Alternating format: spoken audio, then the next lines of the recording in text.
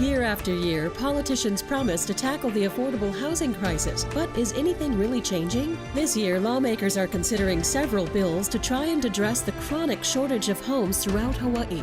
What are these bills, and will they actually make a difference for locals trying to find a home in Hawaii? Join us for a conversation about the state housing proposals, next on Insights on PBS Hawaii.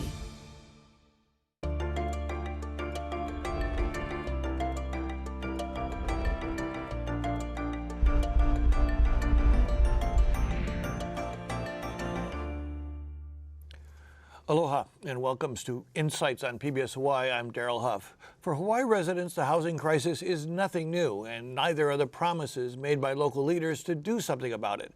This session, the state legislature is looking at bills that will allow for more units to be built quicker while taking up less space. They want to make it easier for counties to get rid of residential vacation rentals and are considering other ideas as well. What do these proposals entail? Will they finally make a difference in providing affordable housing for the people of Hawaii? We look forward to your participation in tonight's show. You can email or call in your questions, and you'll find a live stream of this program at pbshawaii.org and the PBS Hawaii Facebook and YouTube pages. Now to our guests. Representative Luke Evslin serves Kauai's District 16 in the State House. He was appointed by Governor Green in 2023. Prior to serving in the legislature, he served on the Kauai County Council for 4 years. He is the chair of the House Housing Committee. Sterling Higa is a nonprofit leader, teacher, and writer. He serves as executive director of Housing Hawaii's Future, a movement led by young locals looking to create opportunities for Hawaii's next generation by addressing the workforce housing shortage.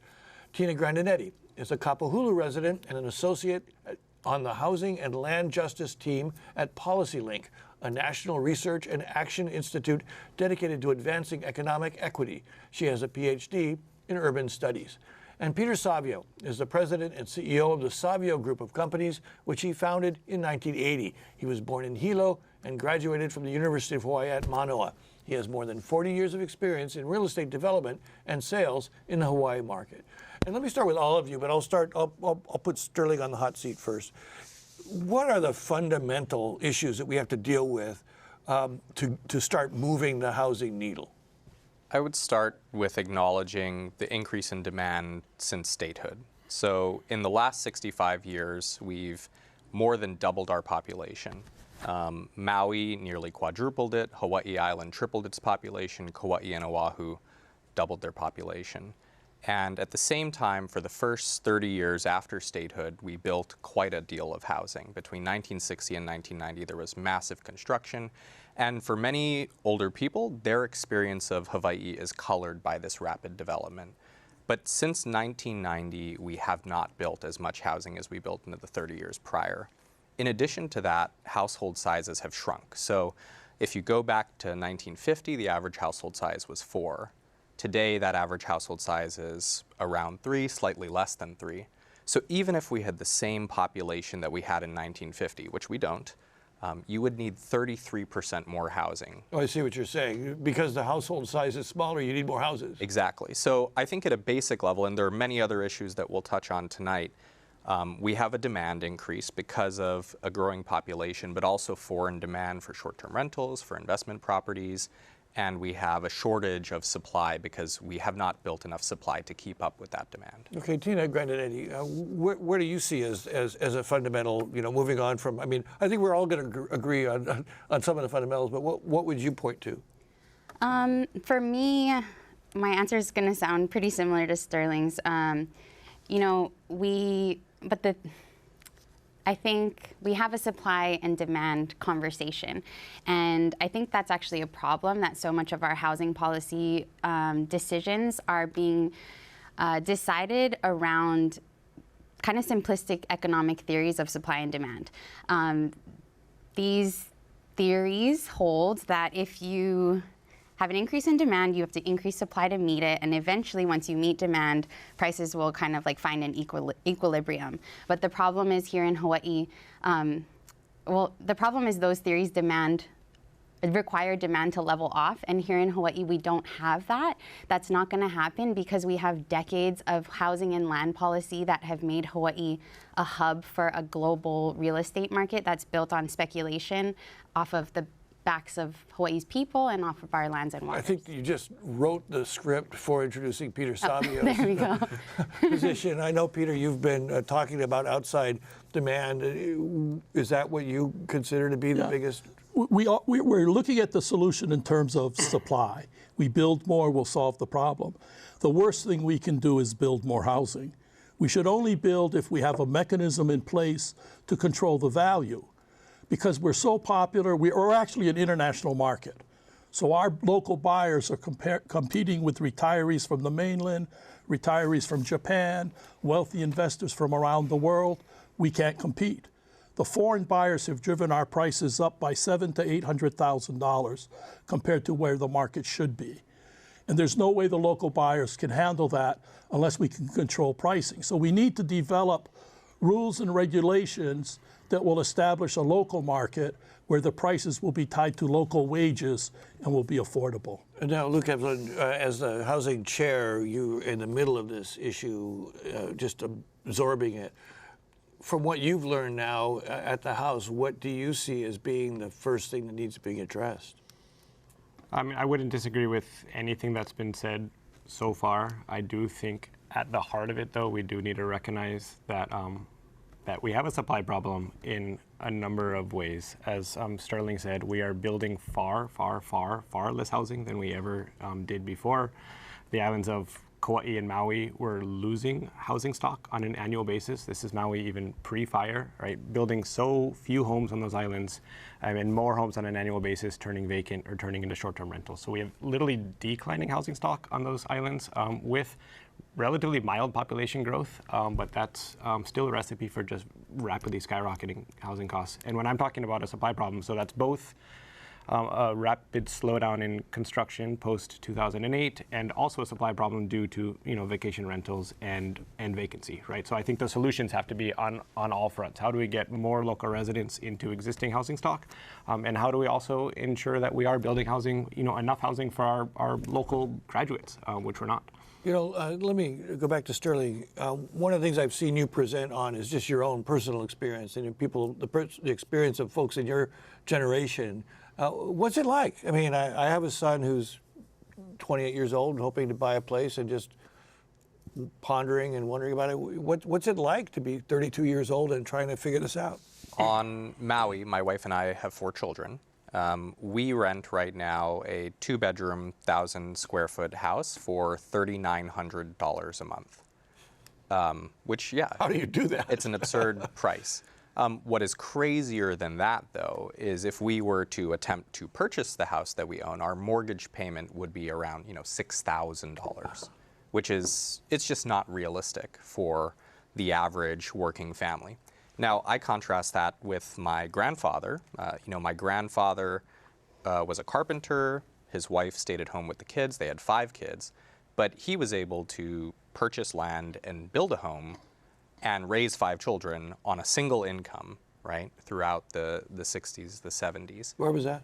This was in Aiea where he purchased the home, but they started the family in Hilo. And that possibility today, I met with a group of people working in the trades today, and I said, do you think any of you on a single trade income could raise 5 children and purchase a home? And you just hear laughter. And I think that basic disconnect resonates with a lot of younger people, where older people will say, oh, you spend too much on lattes or you're irresponsible with your money. But the ratio of wages to housing prices is just different now than it was in 1950. Tina, can I hear your personal story? Yeah, so I'm 34. I empathize a lot with your story because I would love to start a family. I'm a working professional, and it literally feels impossible in Honolulu. But I also, I think beyond my own experience with housing, I've worked with a lot of people who are even who have it even worse than I do. And I want to bring in the story of tenants at Kapiolani villages. I worked with the Honolulu Tenants Union to help kind of support them in their fight to stop their eviction from their truly affordable housing that was torn down for a condo building that had 10% affordable units that are only affordable by a technical definition that none of the people who are evicted could have had access to. So what happened with them? Were they offered anything in the end? they were offered like I think 2 months rent waived, but they were in units that were renting at a rate that, like, when they move, they're not going to be able to find that again. And they were also a community. They lived together, some of them for decades, and they all scattered, you know. So I think that as hard as it is for me, and as much as I do want access to housing, I am really sensitive to people who are displaced in the process, and I think that we need to find solutions that account for those stories too. Let's start with let's start with the question about building more. One of the first callers we have, Mike and Makiki. Peter, I know you proposed urbanized condo development. Is the City Council even thinking about these types of projects? I think there will be resistance. What do you think? I mean, what do you think about how do we move with growing the housing stock? I think the key is we can build homes. We can build apartments. That's not our problem. Our problem is how do we keep them affordable? And you know, even now, like you were talking about the Kapiolani project, the affordable housing, if I'm not mistaken, nobody bought the affordable units. The developer went back to the city and says, oh, I need more subsidies to make it work. Our affordable housing is not affordable. When you tell me it's a 600,000 unit, a 500,000 or 250,000 studio, it's not affordable. And I think that's the problem is we're all hung up on we need to build. No, we need to somehow control the appreciation. We need to make it affordable and keep it affordable. And so as we put units into this market or into this stock of affordable units, they will stay affordable. We have pre-sale or no sale requirements of 3 years, 5 years, 30 years. Now they're talking 60 years. If the government's going to subsidize the housing and the taxpayers are going to subsidize, it should be affordable forever. Look, Evslin from the State House, in the idea of building more, you folks were moving along bills that would increase the density in many areas, kind of widespread, and that ended up running into a lot of opposition, particularly from the county. But there's other ideas that have been coming out of the legislature for a long time. What has been done already in this last couple of years to get more housing built? I know that there's been additions to infrastructure funds. There have been additional public housing projects and so on. I mean, are we making progress at the state level to building homes and putting them in the affordable range? I think the traditional focus of the state legislature, almost maybe since 1961, since the state legislature first developed our, state land use law, at least in recent decades, has really just been focused on financing methods for affordable housing, right? Funding for our rental housing revolving fund, or helping fund the Hawaii Public Housing Authority. And so it's been really focused on those forms of subsidized housing, which, by all means, I've spent my entire political career, both on the Kauai County Council and now in the state legislature, advocating for more funding for subsidized housing. My argument going forward is that can't be the only solution, right? We should certainly be putting a whole lot more money into financing methods and truly subsidized housing for permanently affordable housing, but it just can't be the only solution. Is there a big need for traditional public housing? I mean, it seems like we're way behind in that. Yeah, I mean, I think it's pretty irrefutable that families that are making under 100% AMI, which is, by definition, essentially half of families in Hawaii, are going to have a really hard time affording housing, and especially those at 80% and below are going to rely on either income assistance, housing vouchers, or subsidized housing. So and are we doing a good job of getting that in the pipeline now? No. I mean, I think we could certainly be doing a better job. There used to be a lot more federal money coming for subsidized housing than there is currently. So I think as those sources of money dry up, I don't necessarily think our state and local sources have ramped up accordingly. So those on the lower end of the economic spectrum need more help from government. Sterling, I know you keep, I'll give you a second, but Sterling, I know you keep track of this data.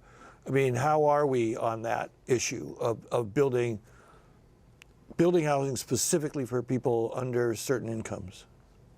The fundamental issue we run into every year with heavily subsidized housing is there's only a certain amount of federal tax credits that the state is eligible for. So if you're building for somebody who earns, and we're going to talk about AMI, right? But let's just assume somebody who's on a very low income. This is somebody who's disabled, maybe they're on Social Security on a fixed income, or maybe they have a minimum wage job, right? This is somebody who needs subsidized housing, and they're in a public housing project.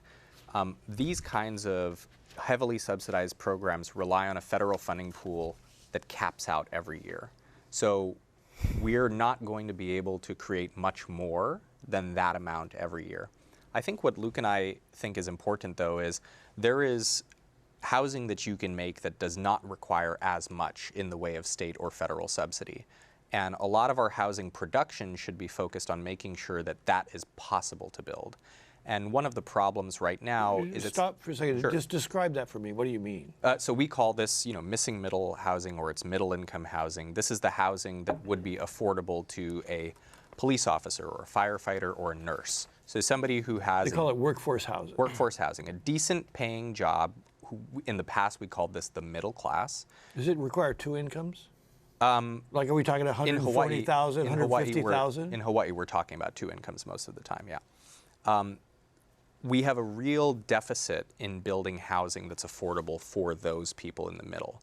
And one of the problems, I think, is this housing oftentimes is literally illegal to build. Like, we just don't allow the kind of housing types that would be affordable to these families, like duplexes, triplexes, row houses, all kinds of different houses that you can see across the United States, across Europe, across Asia.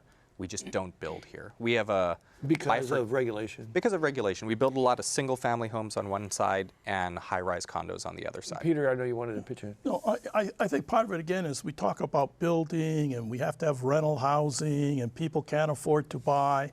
The reality is rental housing is not good for Hawaii, because what we're really doing is giving away all of our tax dollars, all of the benefits, to some mainland owner or some wealthy local owner of the building, where if we could structure a program where that value stayed with our tenants, we would be lifting our tenants up and we would putting them into the position where over a period of time, they would be able to buy something. I do a lot of my projects where I go as low as 20, 30% of medium income, and we're able to get people to buy. But again, I don't sell new product. I usually do condo conversions, and I'm taking older buildings and selling them at the lowest possible price. The key is we all concentrate on the rental side because it solves a need, but we need to change our concept to where it's rental but owned by the tenants or owned by a local trust, so all the value stays with our people. Let me ask, Lucas, is that a thing, or is that just a private industry kind of adaptation to the existing? Or is that something that you folks could impose or encourage? I mean, certainly community land trusts are a thing, and I would like to do everything I can to support more forms of community land trusts. Is that what he's talking about? I mean, I think that's part of what he's talking about, yeah, that you can have sort of joint ownership and joint equity through these types of joint ownership. But going back to kind of what Sterling had said about our lack of missing middle housing, I think that's at the heart of the argument for comprehensive statewide zoning reform.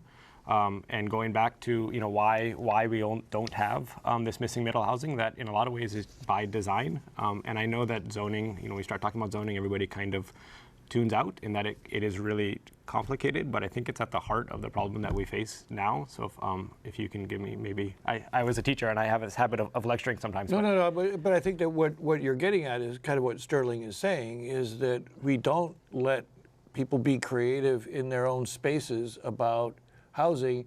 We call everything a monster home. Yep. And I know there's developments, Eva, there were duplex developments and so on, but I mean, Peter, something you want to... Again, the example I'm going to use is we recently talked about small homes and small lots and how it's going to be affordable. And then the picture in the paper of the developer who just built the small home on the small lot and priced it at $975. It's not affordable.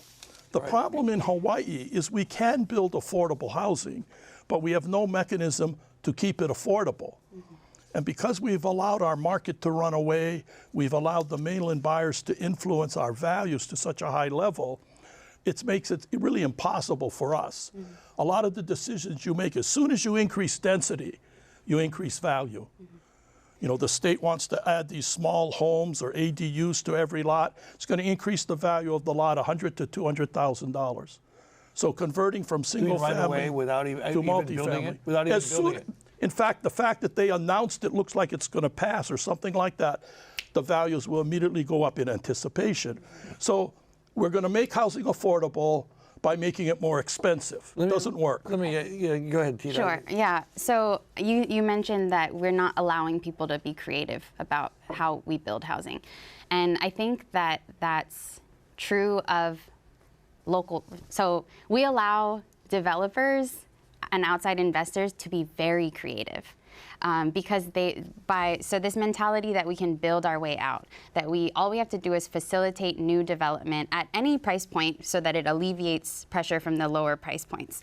That unleashes a market on our neighborhoods that is completely disconnected from our lived economic realities, our everyday realities. I think I enjoy the benefits of density living in Kapahulu. I love living in a dense neighborhood.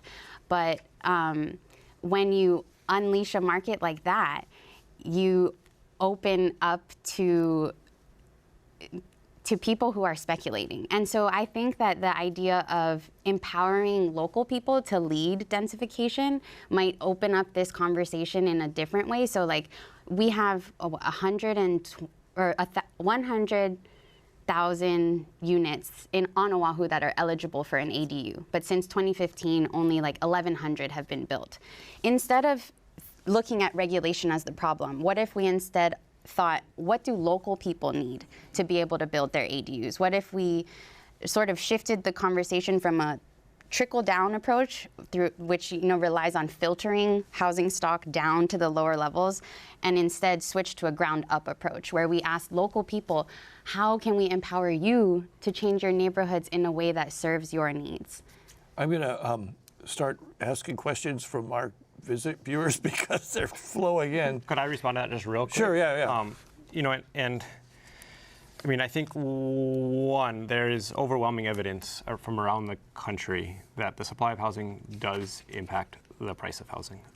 And there is evidence from places with lots of higher, population growth than Hawaii has, that these places are able to produce housing at the rates of their population growth, and housing prices can stay stable over time. That was the example in Hawaii in the 60s, 70s, and 80s when we had 5 and 6% population growth, and housing prices were relatively stable. And the primary source of market price affordability in the country is through this process of filtering, which Tina mentioned, which means, when you build a new house, somebody moves into that new house, they're moving out of a house somewhere else. Somebody else is moving into that house. At the end of the line, you have a house that filters into the affordable housing market.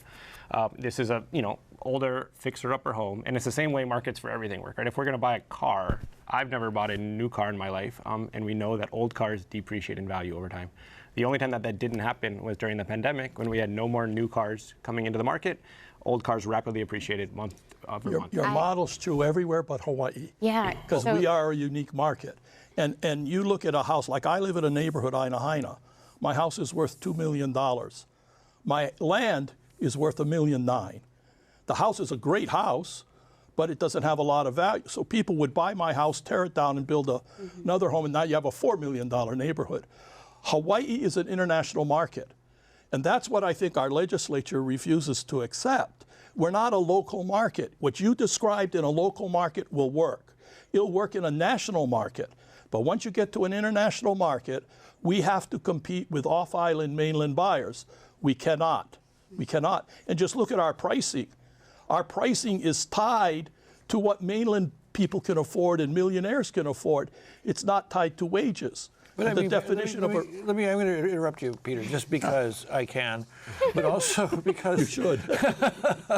It's because we have a couple of questions, and I want to respect our audience with their calls on this point of people trying to understand how you could actually do that. Now I know that you've got some pretty complex explanations for that frankly go over my head frequently, so we can try again. But here's some of the more basic solutions that people want to know about. There should be a residential requirement over a certain number of years in order for someone to qualify to buy a house in Hawaii. Local residents cannot compete with buyers coming from out of state. True. Peter talked about how purchases from out of state, out of country have elevated the cost of housing. Why are we still allowing people from out of the country to make purchases without adding extra local taxes on them so they can afford it?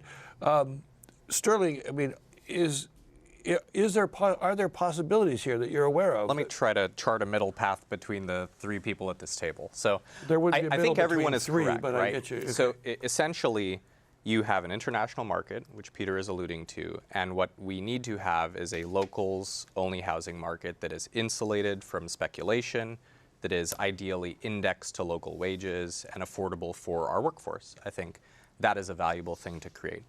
The problem is, oftentimes policymakers will try to get there with policies that end up destroying all housing production. So on Maui, for example, there was a policy of inclusionary zoning. Essentially, if a developer wanted to develop market-priced housing, they had to build a set percentage of affordable housing.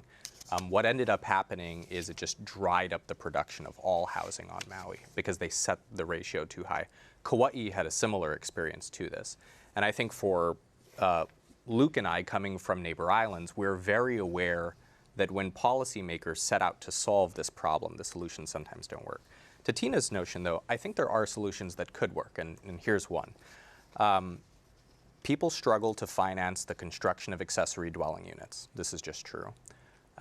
If you wanted to help people to build accessory dwelling units, why not provide either low-interest loans or some sort of forgivable grant on the condition that they accept a voluntary deed restriction that would either limit it to local workforce or index it to local wages to keep it affordable in perpetuity.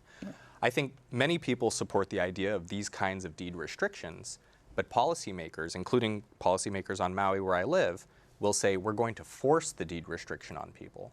But when you force the deed restriction on people, it oftentimes results in a decrease in the amount of supply being created. So I agree with Tina. I think there are solutions that could work. What we have to figure out is how can we be creative in applying those solutions to get to the end. I also think they have to be done in tandem. So like in the Twin Cities, they passed upzoning measures. But they also in that same era passed really strong tenant protection measures. So in Minneapolis, they passed source of income discrimination. They passed amendments to tenant screening. And then in St. Paul, they passed the country's strongest rent stabilization ordinance. So they didn't just open the floodgates for development. They protected their neighborhoods first and then allowed development. And I think that would really change the conversations that we have around not in my backyard or yes in my backyard, because local people would consent to different things if they knew that their families would feel the benefits and that they wouldn't have to see their neighborhoods change, not just physically, but in terms of like their community. Yeah. I had a community meeting in Palolo and we got around to affordable housing. And they said, Peter, what would you do? And I said, one, I charge all of you $50,000 to $100,000 to get permission to build a second unit. And they all were like, what? Well, you would pay them. No. They're going to pay the taxpayer or the county $50,000 or $100,000 for permission to build a second unit. I said, the reason it works for you people, you all have 2 units. You're all cheating. You all built 2-story homes. You all have illegal kitchens. You get no value for that. You can't sell it to your kids. You can rent it. Now, if you did this, if the county did this, you now could do a condo and have 2 legal units. You could sell it to your kids, etc. I was shocked. Almost all of them said, Peter, I'd do it, because now I can sell the unit to my son. You know, I can tear it down and build 2 houses on one lot. They'd both be legal. The idea of your ADUs, but you give them away free, and all you do is drive the price up. Now, if we did $50,000 per house and 10,000 people took it, you have all that money to build affordable housing with. You know, they're willing to pay. You and I, when we were talking previously, we talked about your housing situation. We talked about other houses where people have got multiple units within an existing house. Now, I'm not talking about a monster home. I'm talking about a house that might have 5 bedrooms, and then they've got a wet bar in the back part of the house that's not a kitchen, because you can't have 2 kitchens in the house. That's kind of what you're talking about. Well, I'm thinking more of the 2-story house. Every 2-story house tends to be 2 units, one upstairs, one downstairs. But I mean, but the idea being, if you actually legalized multiple units within a housing plot, and that could be sold, you know, that's kind of what you're getting at, right? Well, the key is they'd be sold to the children, the grandkids, usually within the family. So you're giving them the opportunity to create value, but you're not giving it away free. Let me ask Luke Evslin, you know, this conversation's been going on for half an hour now. I'm just getting sort of depressed because I don't know that we've laid anything on the table that the average person could wrap their hands around. I'm getting a lot of questions from people about very specific things. First of all, I'd like to give you a chance to respond to what has been suggested here, that one of the first steps would be figuring out how to change the mix of what we have existing on the ground, along with building up density in other places. I think that's what I'm hearing. I mean, so my argument, I think, where I differ from Peter is we have essentially made it illegal to build multifamily housing throughout a lot of the state, and this, you know, is pushing families out. It's hard to keep families, multi-generational households together when you can't build a legal dwelling unit. This is somewhat unique in that we have so much of our residential land in Hawaii is only slated for essentially large lot single-family homes, 6,000 square foot lots, 6 of single-family homes on most of the neighbor islands and on most of Oahu. And my argument is that we should essentially just legalize multi-generational households. If we charged families $50,000 for that entitlement, 1, I'm not totally sure if that's legal to do, and 2, we would be blocking out most local families from being able to do it, and that only the wealthier people could do it. Like, I don't think just the opposite. Okay, wait. I need to move this along, because I think there are questions here that I want to try and get answered. So that's fascinating. It's over my head, and I think it's going to be over the viewer's head. So let's kind of deal this density issue that you're talking about. Yep. That's what I think prompted this program in the beginning.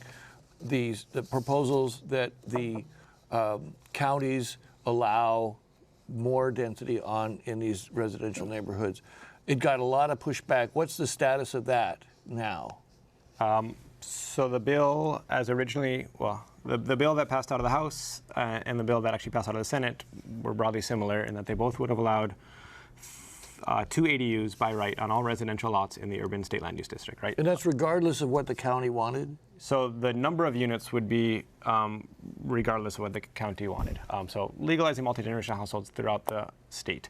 But the counties could still impose their whole bucket of additional requirements, which they do, on the development of those units. Things like, you know, everything regulating the building envelope, so height restrictions, lot coverage restrictions, setback restrictions, parking restrictions, would all be able to continue to be imposed by the counties as they are. That development would also be contingent on infrastructure, so nobody can get a permit if there's, you know, insufficient wastewater or water infrastructure. And so for most small lots on Kauai, most people are already maxing out their building footprint with what they've got, their single family home probably.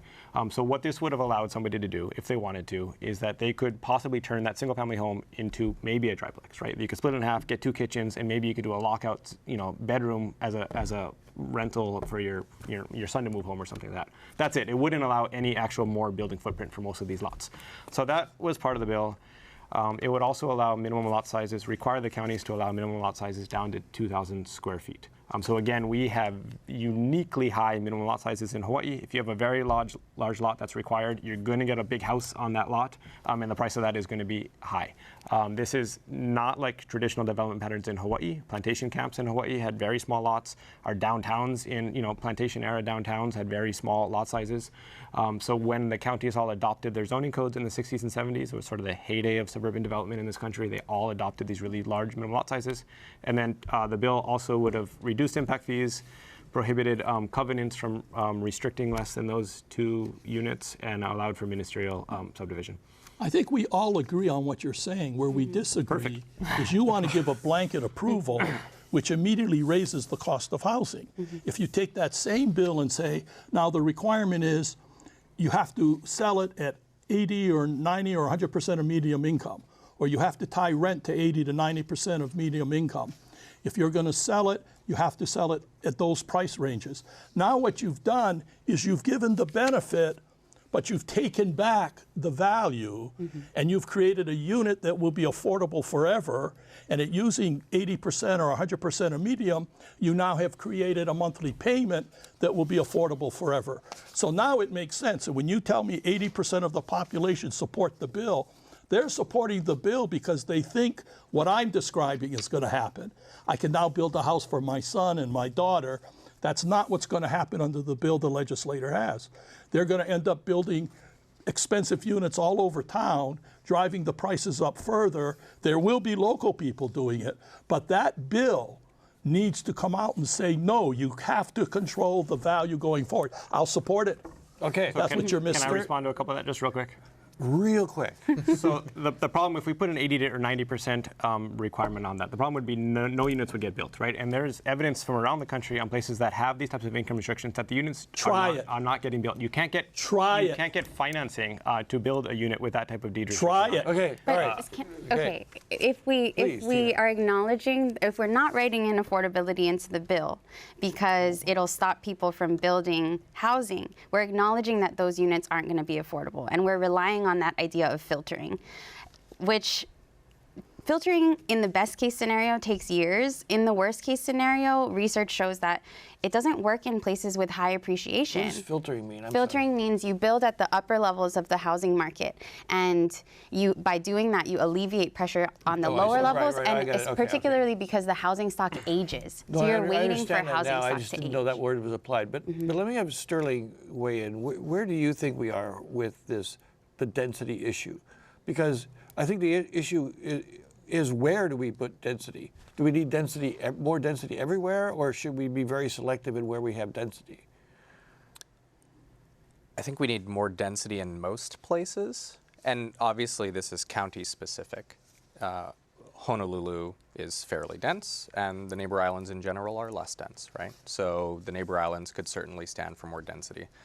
I view density as key not only to housing affordability, but also to our economic and environmental sustainability. And I say economic first because all of our infrastructure costs, the cost to lay sewer, to provide water, to have roads, the further apart we spread our communities by having low density sprawl, the more expensive those things get, especially as decades progress and infrastructure ages and needs to be replaced. So for economic sustainability, the fiscal sustainability of our counties, density is the way to go. From an environmental perspective as well, we know that vehicle emissions are contributing to some of our climate crises.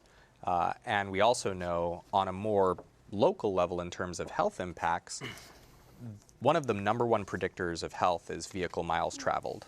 The more time you spend driving, the less healthy a community is. So density is the key to unlocking communities where people can use multimodal transportation. You can support a public transportation when there's density there. I think the problem in Hawaii is we adopted a pattern of suburban sprawl, especially on the neighbor islands, Honolulu to a lesser degree, that has threatened both the economic and environmental sustainability, and density is the solution. Okay, so I want to go back. We didn't really answer this question. Now, I've got Ray from Molokai. Why can't Hawaii have a law similar to Samoa's where you cannot buy a home unless you're a local resident? And then I have a number of questions about why we can't just stop people from outside from buying. But I mean, I think we've heard many times that you can't do that from another state. But I mean, what about from another country? Can we do that? I think the key is if we declare a housing crisis, and we, for the safety of our community, the health of our community, we're going to restrict outside buyers for 2 years or 3 years so we have a chance for our market to adjust. That's probably constitutional. You know, just like in COVID, where you couldn't go to church, you couldn't go shopping, you couldn't go to a restaurant, couldn't go to the beach, would definitely be unconstitutional. But it was constitutional because of the crisis. And this housing crisis is not just about wealth and housing. It affects the health of our people, the stability of our community. So again, when the governor declares a housing emergency, the purpose should be to restrict or somehow put into place rules that will control and help the local guys catch up or be able to buy. What is the sentiment in the legislature for something, if not like that, but at least more restrictions? Because I know that there are restrictions on some condos where you have to be a local resident, first-time buyer, and that sort of thing. I mean, it seems like you can do that. So for subsidized housing, the counties and the state can put on lots of restrictions on that. Right? You have to maybe have to be a Hawaii resident, get on a list, et cetera, et cetera. And the counties all do that to some extent. For market rate housing, if we were to say put a blanket prohibition on people not from here, that would not survive constitutional muster. But we do, right, the thing that we don't want is for these units to be bought and sit vacant.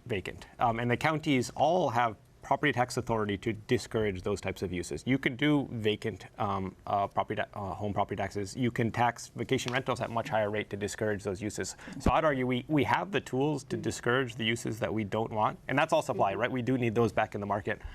But to try and do it through the entitlement process, I don't think that we have evidence that works anywhere to try and restrict what people are allowed based on where they're from. It's not going to survive muster. Okay. Another question that I'm getting quite a bit on is infrastructure. If you build more dense neighborhoods, I know that what we're saying is that before you build dense, you need to improve infrastructure. Is there any question that we need to invest more in infrastructure? No, and if I can, so I think a big flaw of the bill is that this is all contingent on infrastructure, and infrastructure is by far the limiting factor here. And for me, I like policy, so I think I like to play with state law and to try and unleash housing construction. That's like the easy part in a lot of ways. The really hard part is the infrastructure part. How do we finance and build the infrastructure, which is so critical? Okay.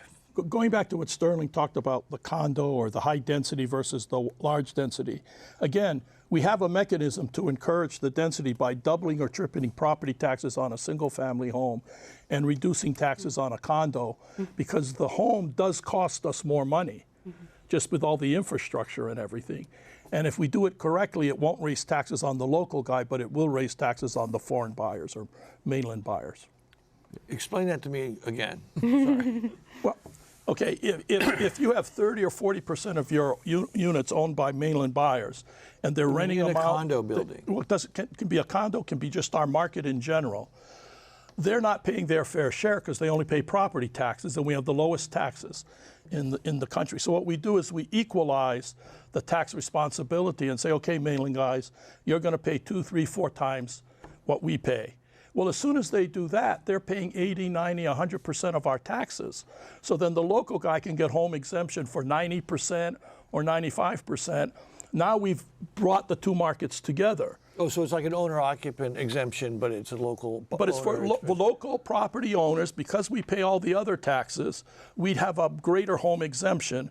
The mainland guy only pays property taxes. The foreigner pays property taxes. He's going to pay much larger property taxes, and we're charging him his fair share. Okay, let me.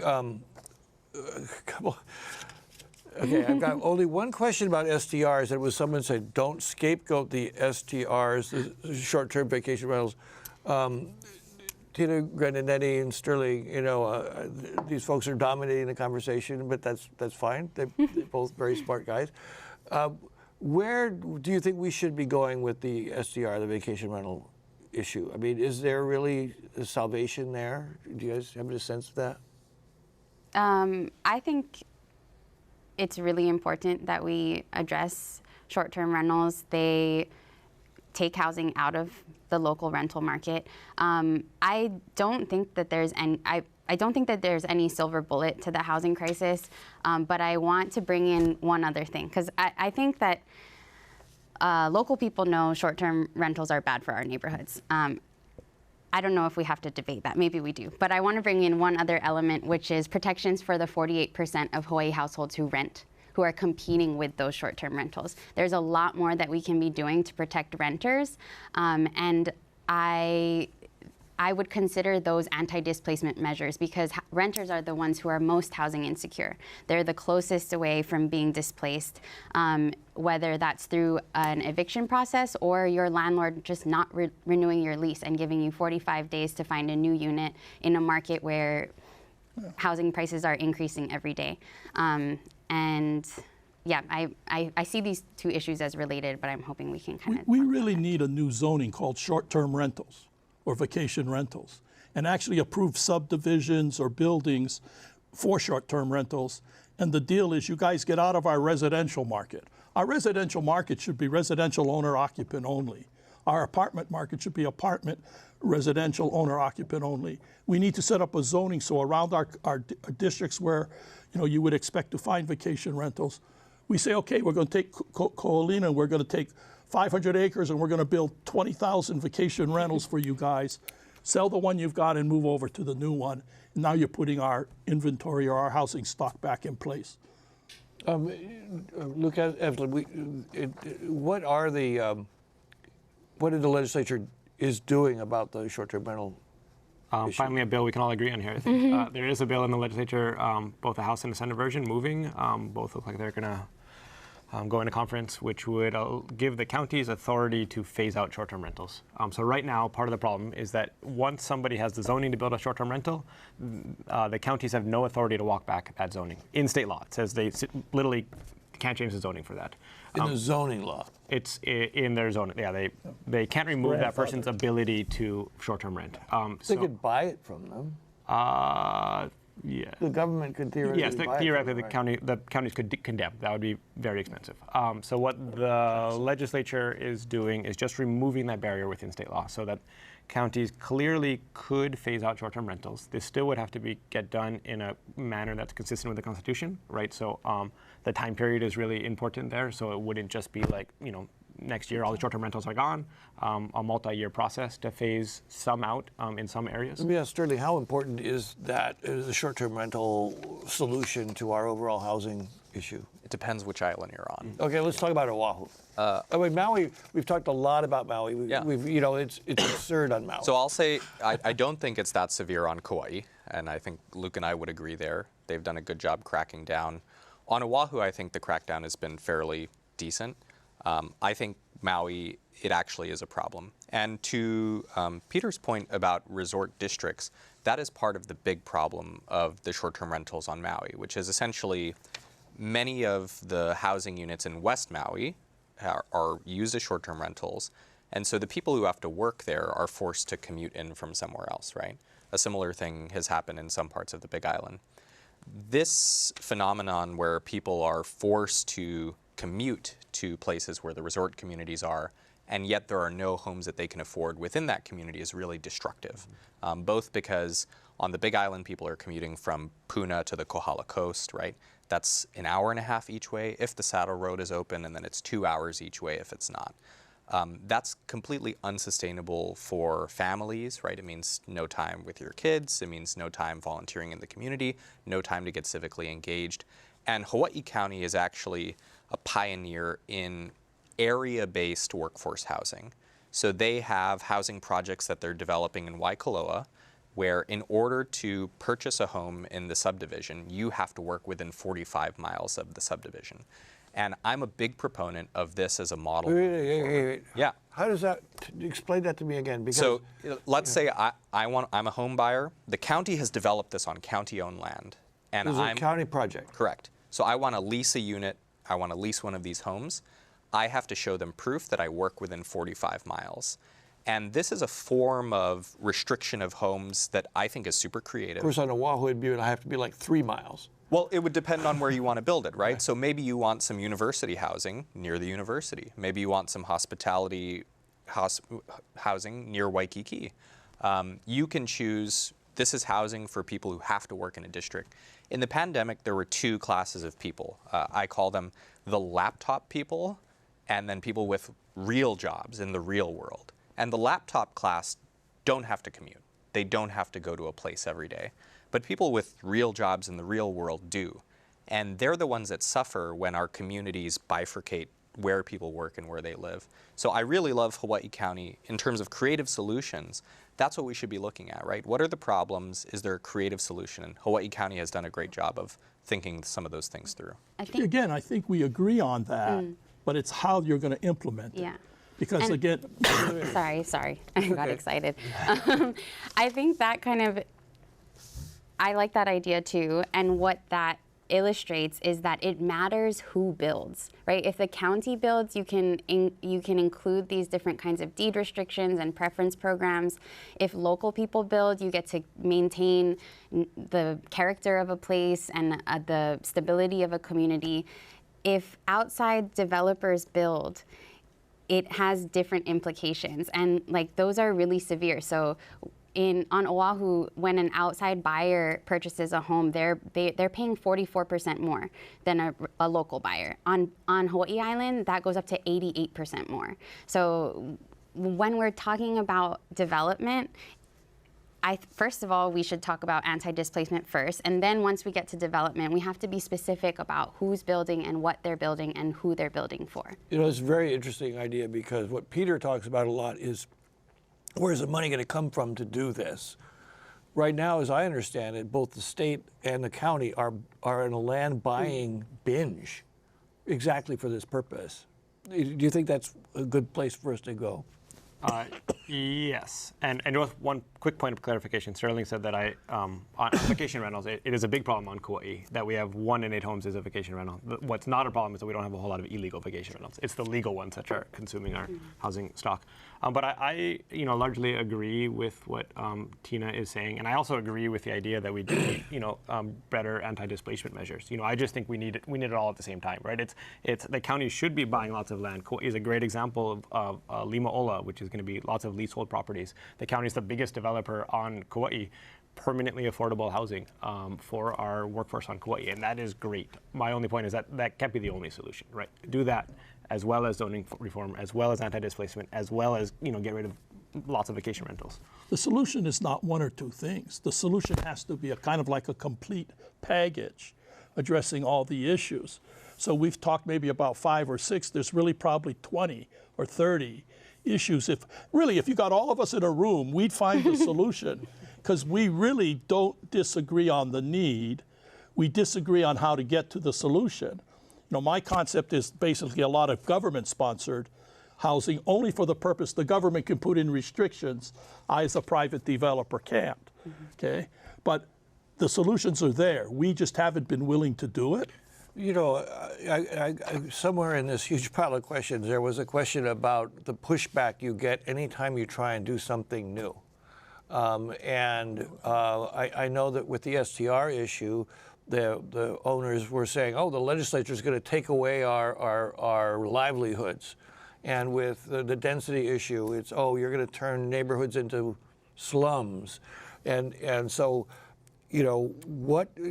Sterling, Tina, what's the conversation that needs to happen that gets us to say that that sometimes you have to accept change in order to have things get better? If I can reframe that positively, there is resistance, certainly, although I think the presence of this discussion and the people at this table indicates that there is actually a broad and spreading consensus, and I think it actually represents a silent majority in Hawaii who would love to see comprehensive housing solutions that integrate building more supply with tenant protections and ensuring that housing is going for the people we want it to go to, right?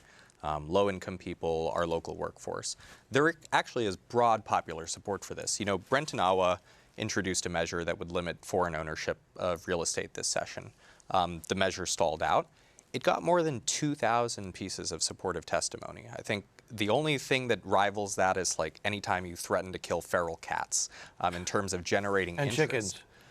But that's indicative of a broad consensus. And what we've noticed in the proceedings of this bill is, the groups that are lining up to support zoning reform, but to think about these housing reforms, span the political spectrum, they span all ages, and there's a growing movement in Hawaii where when Housing Hawaii's Future was founded 2.5 years ago, I wouldn't have said that that consensus existed. I'm going to ask one question, and I only have less than a minute for Luke Evslin. How does it feel when you throw something out there and you get 2,000 pieces of negative testimony and blowback from your colleagues that, oh, this won't work in my district? I mean, how do you face that and how do you overcome it? It was only a couple hundred. Yeah. Don't oversell it here. I mean, I think housing is just a really sensitive issue, and we had 500 pieces of testimony, both for and against, because young people are getting displaced from Hawaii and are desperate to be able to stay and are passionate about this. And at the same time, people who grew up in their communities really don't want to see those communities change, right? So I just think I totally recognize the passion on all sides of this, and it's part of what makes it so hard to solve. Okay, well, that's been a really good discussion. Thank you, folks, and mahalo to you at home for joining us tonight. And we thank our guests, Representative Luke Evslin, the State Housing Committee Chair, Tina Grandinetti from the PolicyLink, Sterling Higa of Housing Hawaii's Future, and Peter Savio, CEO of the Savio Group of Companies. Next week on Insights, we look at both sides in a debate over taxpayer funding of political campaigns. Please join us then. I'm Daryl Huff for Insights on PBS Hawaii. Aloha.